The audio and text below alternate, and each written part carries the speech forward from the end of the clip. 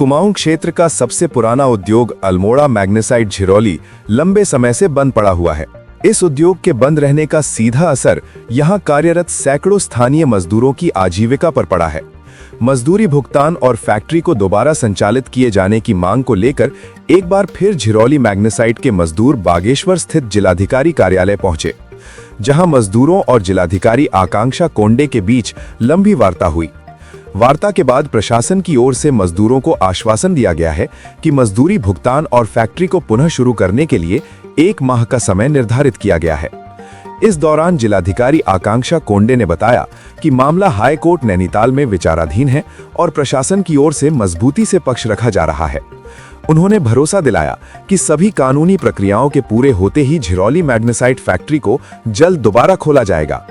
वहीं स्थानीय नेता बसंत कुमार ने झिरौली मैग्नेसाइट फैक्ट्री का लंबे समय से बंद रहना क्षेत्र के लिए दुर्भाग्यपूर्ण बताते हुए कहा कि ये उद्योग न सिर्फ रोजगार का बड़ा साधन है, बल्कि पूरे क्षेत्र की आर्थिक रीढ़ भी रहा है।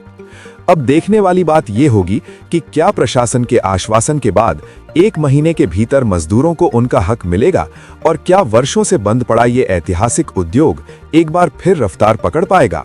देखिए, अल्मोड़ा मैग्नेसाइट के हमारे जितने भी लेबरर्स हैं उनके द्वारा मांग ये उठाई गई थी कि जल्द जो कंपनी है जल्द से जल्द उसको सुचारू किया जाए और उसका ऑपरेशन जो है वो शुरू कर दिया जाए।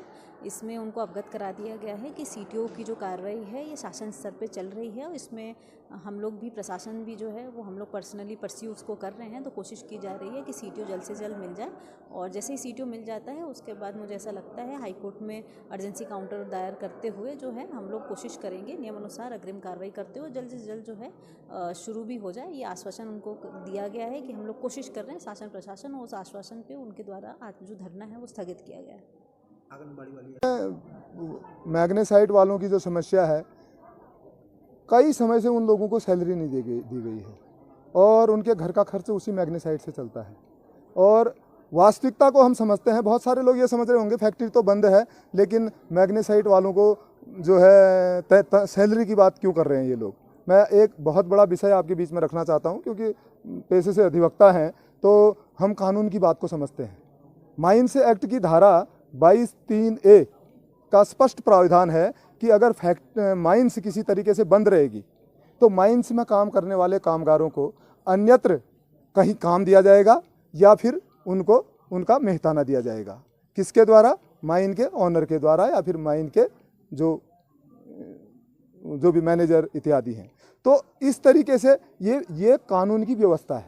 इस कानून की व्यवस्था के तहत ये दुर्भाग्यपूर्ण है कि मैग्नेसाइट के वर्कर्स को 2-2 साल तक सैलरी नहीं मिली है। हम यहाँ पे आए थे कि हमारी कंपनी जो 1.5 साल से बंद है वो तुरंत खुले, अगर नहीं खुलेगी तो हम धरना पर ऐसे ही डटे रहेंगे। इसके बाद डीएम साहब से वार्ता करने के बाद डीएम साहब ने आश्वासन दिया है कि उद्योग को 1 महीना या 1 हफ्ते में भी खुल सकती है और हमने सब कर्मचारियों ने सहमति इस पर जताई है कि हमारा उद्योग जल्द से जल्द खुल जाएगा करके जो डीएम साहब ने आश्वासन दिया है उस पर हम हैं। अगर 1 महीने के भीतर कंपनी को, उद्योग को नहीं खोला गया तो हम फिर अनिश्चितकालीन धरना प्रदर्शन यहीं पर करेंगे।